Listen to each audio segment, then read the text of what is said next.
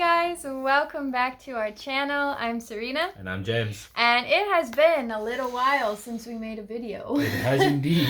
So if you've been on our channel for a while, thank you so much for sticking around for the solo videos of just me. I know you guys love the videos that we make together. So thanks for sticking around. Thanks for tuning back in. Today we have a topic that we have already revisited or already visited once, and we are revisiting that today. And I think this original topic was actually based on a question somebody had asked in our Ask Me Anything forum. So I'm just going to throw it out there that thank you. Yes, thank you for asking the questions. And if you have a question that you would like answered by us, please fill out the Ask Me Anything form below. It's basically a free form that you can ask us anything. Oh. And we get to share that then here on our channel to help more people, and you get an answer to whatever burning question you have within.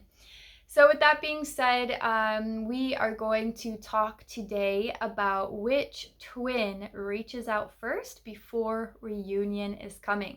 So this is a very hot topic. I think also considering, I'm going to bring up your famous words now that you keep bringing up, is that we are entering or ending a 9-year cycle and beginning a 1-year cycle. So to me, this feels like a lot of twin flame reunions, a lot of new karmic cycles with our twins. If you've had a particularly turbulent twin flame separation or twin flame events on your journey, I think this is really going to signal the end of that turbulence and a whole new level of union and coming together. So I think it's really apropos that we're talking about this now.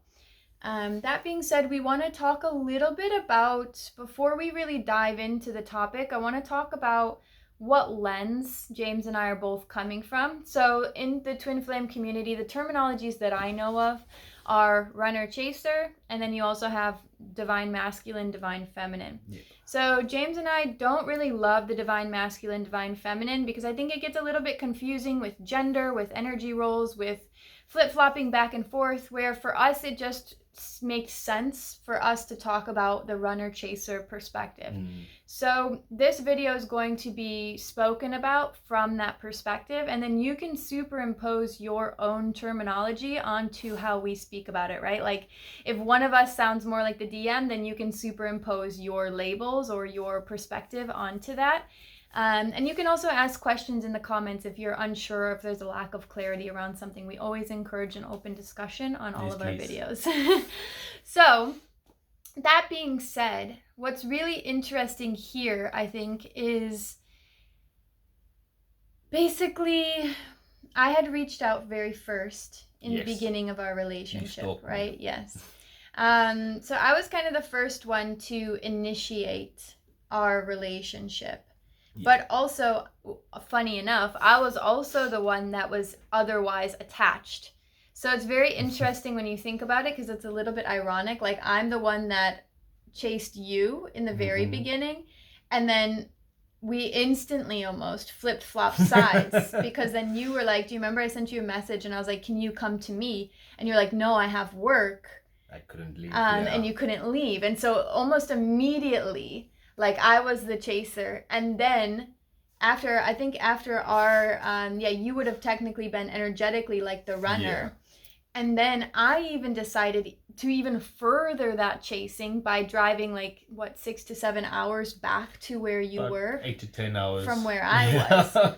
And then I think that's when things switched, which is interesting. I've never thought about it from this lens before.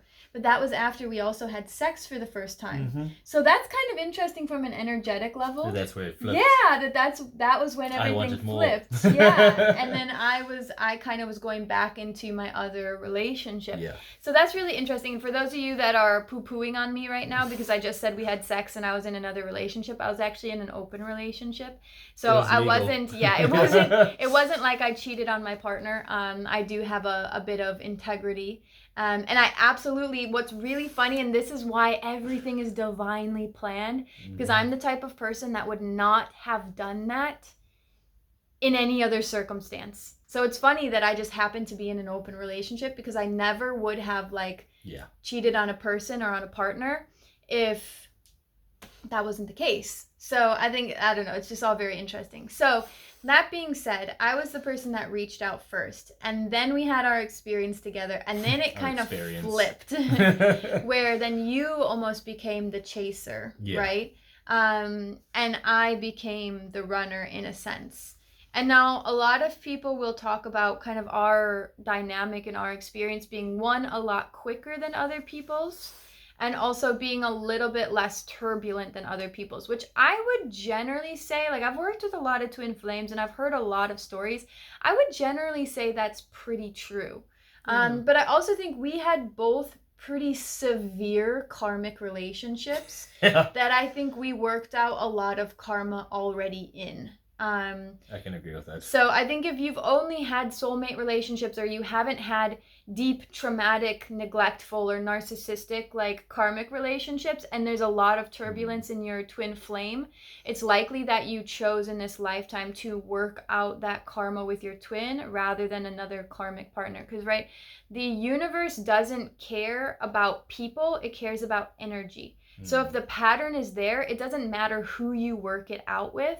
It matters that you are working it out. And what's actually really interesting about this, before we dive into the topic, but I just want to share quickly, this is part of what I talk about in my community. So I'm just releasing my Twin Flame Path to Awakening, 11-week transformational course on my community. And so what's really amazing about this is we actually talk about the mirroring in our current relationships and how to use your current relationships as that same twin flame mirror when you're in separation or no contact with your twin. Because again, the universe doesn't care about the specific person, it cares about your evolution. And if your twin flame's not there to play it out with, the universe is going to find another person for you to play that out with, if you're truly dedicated to your soul's growth. So if you want to know more about that, you can join the community down below. And this gives you all the tools. You even taught this course with me one time. I did, the very first time. Yeah, so you know the power that this course has. I mean, there was a lot that I learned in there that I didn't think that I would learn or experience, and it's pretty incredible. Yeah. And I think I'm still recovering. You even helped draft like a very large portion of the curriculum, even. So the practical side. We sat down and we mind melded over this. So I'm really excited to announce this on this community, because I think it's the perfect platform for it. So if you're looking for in-depth support, a supportive community, and this transformational program, check the link down below. Now, that being said, we've had flip-flopping energies throughout our entire journey, and still continue to. Yeah. Sometimes I'm the runner, end. sometimes you're the runner. I just think for the duration of our separation, I think maybe I was more of the runner. So I think we should give everybody kind of a brief overview. If you haven't watched our videos before, if we're new to you, hi. Hi. I think we should give everybody a brief overview of kind of like a very short form version of our story. So we met, nothing happened. We separated, went on our ways. I decided to come back to you for a few days. We separated again for about a month. Roughly. I decided to go back to the United States for about 6 months. Before that, I invited you to come back to me, or meant to, then you decided not to last second. That's an important... Yeah, so James, I when I was breaking things off with my karmic partner, I was in between this decision of, do I go back to James or do I go home? And I ended up not going back to James. I went back home. And then basically we went on our own separate healing journeys for that amount of time. You were kind of, it's interesting the way it played out, because I feel like you were kind of preparing things in the physical reality, and I was preparing things like emotionally and mentally, like within myself. So it's kind of interesting. Well, I had the time previously to go through the emotional part as well. Right, like you had, your karmic relationship was ended far sooner than mine did. So I was still in the process of like repairing my heart, becoming more emotionally stable. Like I was doing a lot of inner work during our separation, and I feel like you were doing a lot of like physical work during our separation. And so for those of you that don't know, James was living in like a remote area in South Africa, and he ended up moving back to his hometown so that I could see his hometown and see if I liked it. Now, that being said, okay, so a lot of you are wondering, okay, let's get to it. Let's get into the nitty gritty. We're 10 minutes into the video. Let's talk about it. Who reaches out first before reunion is happening? So this is going to be different for everybody. Yeah. Okay, it's going to be different for everybody. The most important part is that you are listening to yourselves. And there's going to be a lot of different things that will show up for you and happen. There's going to be, maybe you have different divine masculine or divine feminine characters coming into your life and like kind of signaling like, oh, there's somebody out there, right? Or like something's changing, or it's igniting certain desires with you. Maybe it's that you're feeling completely whole and complete within yourself. Maybe it's that you're not judging yourself anymore for wanting to reach out to them, right? Or you're not asking the question anymore, should I reach out or should I not, right? Yeah. It becomes it's more of a win. Yes, yeah. Right. It becomes less of like a mental thing and more of like a heart-centered thing, or like an intuition-based thing. And I think that's really important to consider. Now, from the runner-chaser perspective, right, there has to be a surrender, I feel like, on both sides.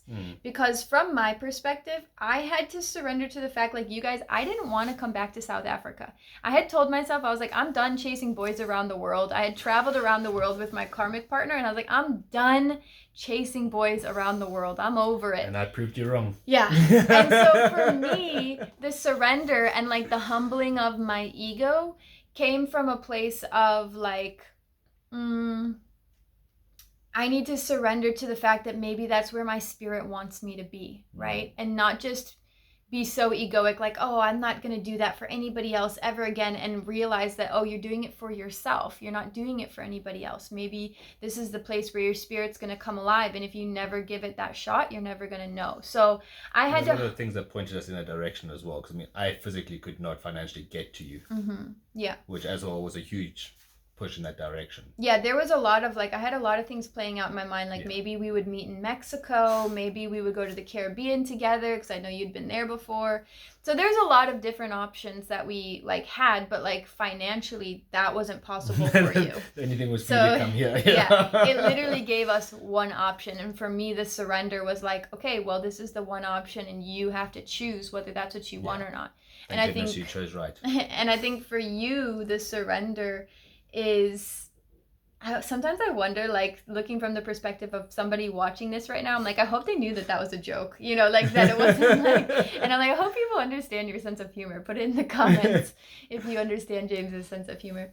But I think what's really interesting is for you, well, why don't you talk about what the surrender was for you? Like, what did you have to surrender to? Like, where did you have to trust during that process?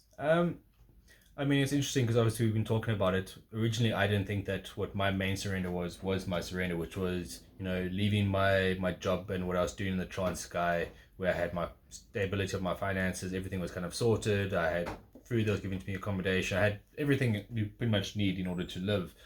Plus, I was living in a beautiful country, part of the country, surfing every day, which was for me fantastic. So my big kind of surrender was letting go of that, almost that control and freedom that I had there, and coming back to my hometown, which obviously gave me a bit of comfort as well, but kind of surrendering to like, I don't know what's gonna happen. I mean, I spent for like 3 months with no work before I eventually found a job. So I came back with no certainty of if I was gonna find work, if, you know, me and you were gonna work out as well, if like this is actually gonna be something, because I couldn't just go back to my old job because I hired somebody else. So yeah, for me it was kind of letting go of the control, which obviously for me, I like to be in control. So it was a big thing for me just to be able to be like, okay, well, it's fine. I'm just going to let it be and let it play out. Whatever's meant to happen will happen, and things will work out. So there's a lot of just trusting the process. Yeah.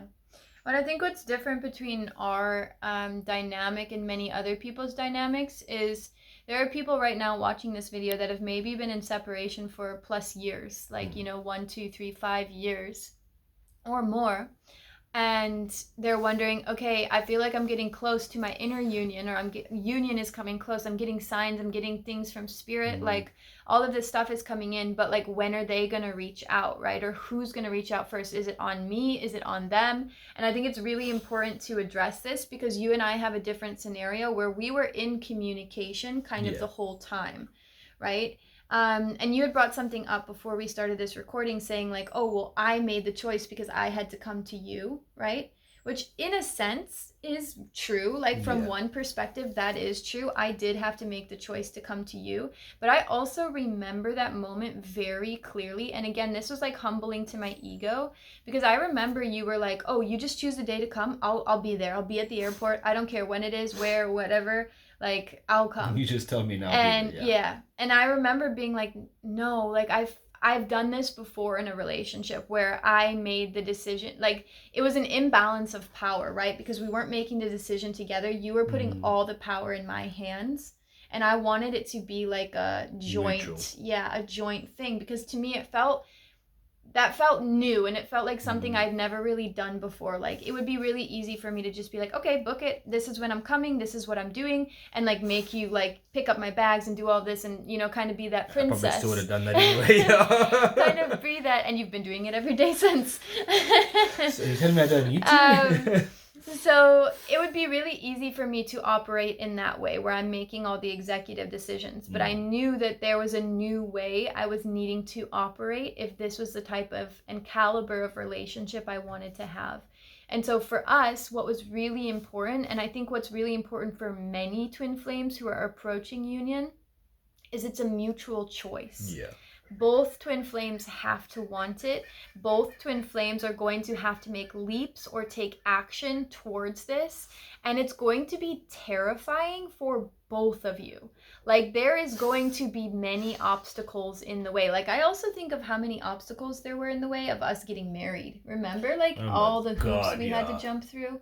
And so many people I think would take that as a sign of, oh, it's not meant to be because it's not easy, or it's it's not the right time, or whatever it is. But it's not really about that. It's about your commitment to what you want, right? If you're not willing to fight for what you want at the end of the day, then like, do you even want it bad enough? Yeah, but as well, like, there's to say anything worth having doesn't come easy as well. So I mean, if we decide to get married and it just kind of fell out the sky and we got married. And some parts it wouldn't. Yeah, I mean, some parts definitely did, but it kind of loses that that drive you have for it. Because I mean, with everything we went through, from us discussing when you're going to come, obviously I didn't want to tell you when because you were the one spending the money to come here. So I was like, okay, well the freedom's on your hands. And like when we got married as well, it was like. But do you remember though? It's so funny because I actually want to say something. So you stole my thoughts. So actually, what I was thinking was like, do you actually remember? Because I was like, can we get on a call to book the flight together? And I think there was something. To book it while we were talking. Yeah, there was something super powerful about like we decided on the date, we decided on what flight, we decided on what time you're gonna come get me. Like it was mutual all the way through, and I think. What's interesting about that from an energetic standpoint is usually with the twin flame dynamic, it's one person that ignites the relationship, right? It's one person that chases in the beginning. It's one person that runs in the beginning. And the culmination of the entire journey is to become in such union and harmony with yourself that you also then attract that union and harmony with another person. So you have to do it as a team. That is like the end goal of the entire awakening process, is that you now are in union, which means you are one, which means you do it together.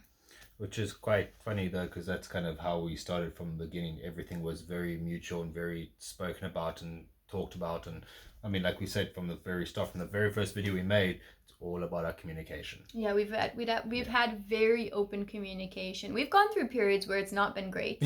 Of course, we're human. It happens. But we've always been able to talk pretty much anything through. We've never approached a subject that we haven't been able to talk about. No, everything there's been times it's been difficult and maybe not spoken about when either one of us have wanted to, but we've always managed to get through it. And at the end of it, we also know that we're not against each other. We're not trying to, win or like beat each other at anything. We're trying to get through this together to make the best decisions for ourselves and for our daughter and for our relationship. Our lives. Yeah.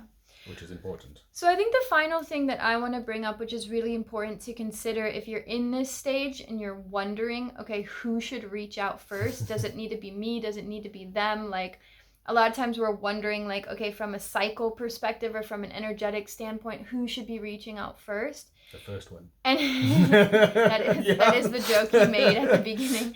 It's true though. Yes, and it is true. The first one is going to be the first one to reach out. But ultimately, you have to take responsibility for what you want to create at the end of the day, right? So if you're at a point where you're like, all right, I'm ready to take responsibility. I'm ready to move forward, and I have zero expectations of this person, right? This is a lot of times where non-attachment comes in. This is where you have to be so in attunement and in alignment with yourself that you don't actually even care what the outcome is, in a way. That you are taking responsibility for your journey. So you're not stuck in this stubborn place of, well, I'm never going to reach out because I was the last one to send them a text message, or they didn't respond to my last 6 messages, so why shouldn't I? Work. You're still in victim programming, right? Like, the point is here to be in a completely healed, non-attached place when that time comes. And if you still have any of these attachments or beliefs or thoughts, you know that time isn't ready yet. So the most important part is to take responsibility for what you create. And if you don't reach out, then don't be sad if you're waiting. If you're waiting another 2 years, but you're not willing to reach out. And if you do reach out and they ignore you, or they aren't ready, then you also have to take responsibility for, like, okay, this is part of the process, and I'm going to take responsibility for that, right? So I think part of your journey. Yeah. You can't avoid it. If that's meant to be the direction you're going, that is going to be what's going to happen. Yeah. And you can't force them at the end of the day. It takes, you both have to want it equally. Yeah. And I mean, as it goes, if you're in a situation where you wanting your twin flame to reach out to you first because you really want to communicate with them, why don't you just send a message? Yeah. Because at the end of the day, by doing that, you're going to get all the answers you need in that current moment. It might not be the answers that you necessarily want. That's life. You're not always going to get the answers you want.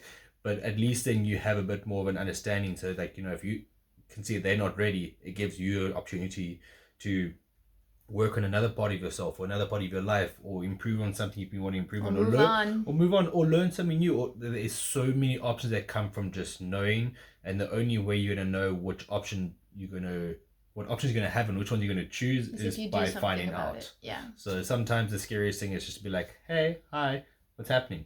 Yeah. And then you take from there. Yep. 100%. I agree with you. Hi. So if you guys have any questions, put it down below, please. If you are looking to join a supportive community, join the community. If you've gotten this far in the video, put a flaming heart emoji in the comments. And we will see you in the next video. Thank you so much for being here today. Bye. Bye.